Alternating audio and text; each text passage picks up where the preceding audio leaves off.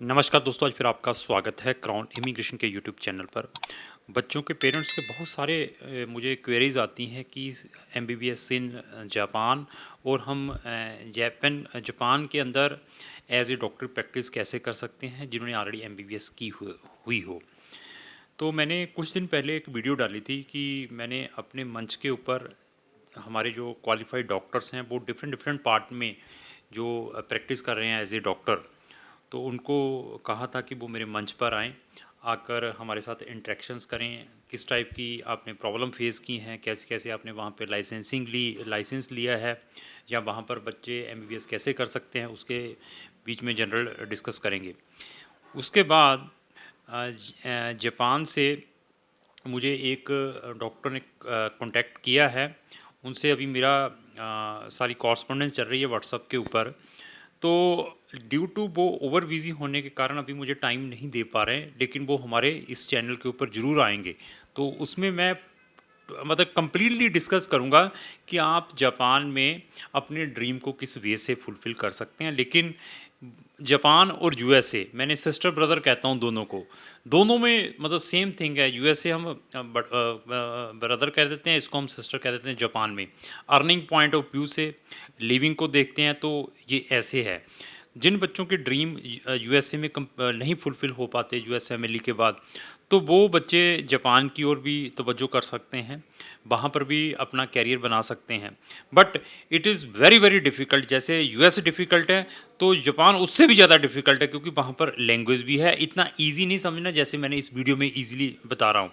तो मैं आने वाले टाइम में हमारी ज़ूम मीटिंग्स आएँगी कुछ डॉक्टर्स के साथ। कुछ डॉक्टर्स ने मुझे कॉन्टैक्ट किया है डिफरेंट डिफरेंट पार्ट से, वर्ल्ड के।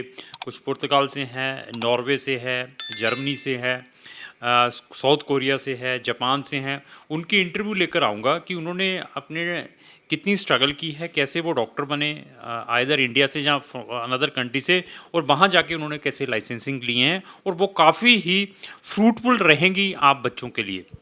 इवन कुवैत से भी मेरे पास इंडियन डॉक्टर जो वहाँ पे प्रैक्टिस कर रहे हैं, उनसे भी मेरी आने वाले टाइम में यूम मीटिंग्स हैं, तो उसको भी मैं अपने चैनल के ऊपर लाऊंगा। तो आज मैं सिर्फ डिस्कस करूंगा इस वीडियो में कि अगर आप ऑलरेडी एक डॉक्टर हैं, आपके पास किसी भी रिस्पेक्टिव कंट्री का लाइसेंस है एमबीबीएस के बाद, तो अगर आप जापान में एज ए रेजिडेंट या एज ए जनरल प्रैक्टिशनर या एज ए डॉक्टर प्रैक्टिस करना चाहते हो तो किस वे से कर सकते हैं। उसके बाद अगर आपने स्पेशलाइजेशन करनी है तो कैसे करनी है। तो सबसे पहले आपके पास एमबीबीएस की डिग्री प्लस आपके पास आपका उस रिस्पेक्टिव कंट्री का लाइसेंस होना ज़रूरी है। उसके बाद आपको ये जितने भी अपने ये डॉक्यूमेंट हैं, उनको कंप्लीट डॉक्यूमेंटों को, साथ में कुछ एप्लीकेशन फॉर्म है, वहाँ की ministry of health and labour को भेजने हैं एवेल्यूशंस के लिए। वो आपके डॉक्यूमेंटों को एवेल्यूएट करते हैं, एवेल्यूशंस के बाद फिर कंफर्म करते हैं कि आपकी जो डिग्री है हमारी कंट्री में रिकॉग्नाइज है या नहीं है। उसके बाद क्या होता है, तो मेडिकल जैपनी प्रैक्टिकल टेस्ट, ये मेडिकल जैपनी प्रैक्टिकल टेस्ट होता है। ये टेस्ट वही बच्चे दे पाएंगे जिनके पास Japanese language eight advance level पर हैं। इनके N5 N4 N3 N2 N1 ऐसे लेवल होते हैं, जैसे A1 A2 B1 B2 इनका उल्टा स्टार्ट होता है।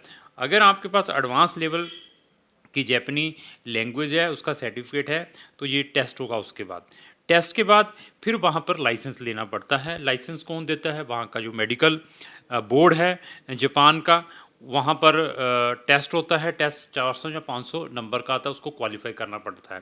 क्वालिफाई करने के बाद फिर आपको 2 साल की रेजिडेंसी करनी पड़ती है। जब आप रेजिडेंसी कर लेते हैं तो उसके बाद आप अपनी फर्दर किसी भी फील्ड के अंदर स्पेशलाइजेशन कर सकते हैं। जैसे यूएसएमएलई का एग्ज़ाम होता है, ये ऐसे ही जापान के अंदर है, national medical licensing exam Japan, इसको हम एनएमएलई कहते हैं। गूगल में डालेंगे तो मिल जाएगा। ऑस्ट्रेलिया के अंदर ऑस्ट्रेलियन मेडिकल काउंसिल एग्ज़ाम होता है, इसको हम ऑस्ट्रेलियन मेडिकल काउंसिल कहते हैं। कनाडा के अंदर अगर आपने करनी है, मेडिकल काउंसिल ऑफ कनाडा है, वो एग्ज़ाम लेती है। तो यूएसए में तो सब बच्चों को मालूम है यूएसएमएलई है, तो यूके के बारे में भी सबको मालूंगा पी लैब है। तो अभी एक और इंटरेस्टिंग मैं टॉपिक इसके अंदर बताऊं, आने वाले टाइम में मैं आपको ऐसा बेनिफिट बताऊंगा कि अगर आप यूरोपियन कंट्री में से किसी भी कंट्री में अपनी एमबीबीएस करते हैं either Bulgaria, Croatia, Cyprus, Romania या शेंगन कंट्री में विदाउट वहाँ पर PLAB, without PLAB दिए भी आप यूके में प्रैक्टिस कर सकते हैं।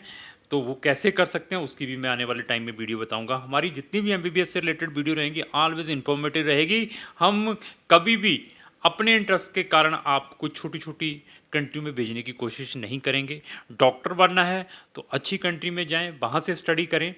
करने के बाद वहाँ का लाइसेंस ज़रूर लें जहाँ से भी एमबीबीएस कर रहे हैं, और आकर अगर आप इंडिया में का भी लाइसेंस लेना चाहते हो तो जहाँ का भी जो नेक्स्ट एग्ज़ाम है जिसको हम नेशनल एग्जिट टेस्ट कहते हैं उसको क्वालिफाई करें। अगर आपने नीट दिया हो तो इंडिया में भी प्रैक्टिस कर सकते हैं। उसके बाद फर्दर कुछ कैरियर चाहते हैं फॉरेन कंट्रीज़ में तो क्राउन इमिग्रेशन फर्दर भी आपको कैरियर बता सकता है। इवन अगर आपने एफएमजी एग्ज़ाम या नेक्स्ट एग्ज़ाम आपसे क्लियर नहीं भी हो पाया आज की डेट में, तब भी क्राउन इमिग्रेशन के पास उन डॉक्टर्स के लिए ऑप्शंस हैं जिन्होंने अपने 5-5 6-6 साल फॉरेन कंट्रीज़ के अंदर लगाए हैं, वो भी हम आपको ऑप्शंस प्रोवाइड कर सकते हैं।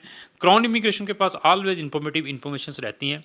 वो आप इस टाइप की इन्फॉर्मेटिव वीडियो और भी देखना चाहते हो तो मेरे चैनल को ब्राउज करके देख सकते हैं। अगर आपको जो मेरी वीडियो अच्छी लगी उसको लाइक एंड शेयर करना ना भूलें। Thank you.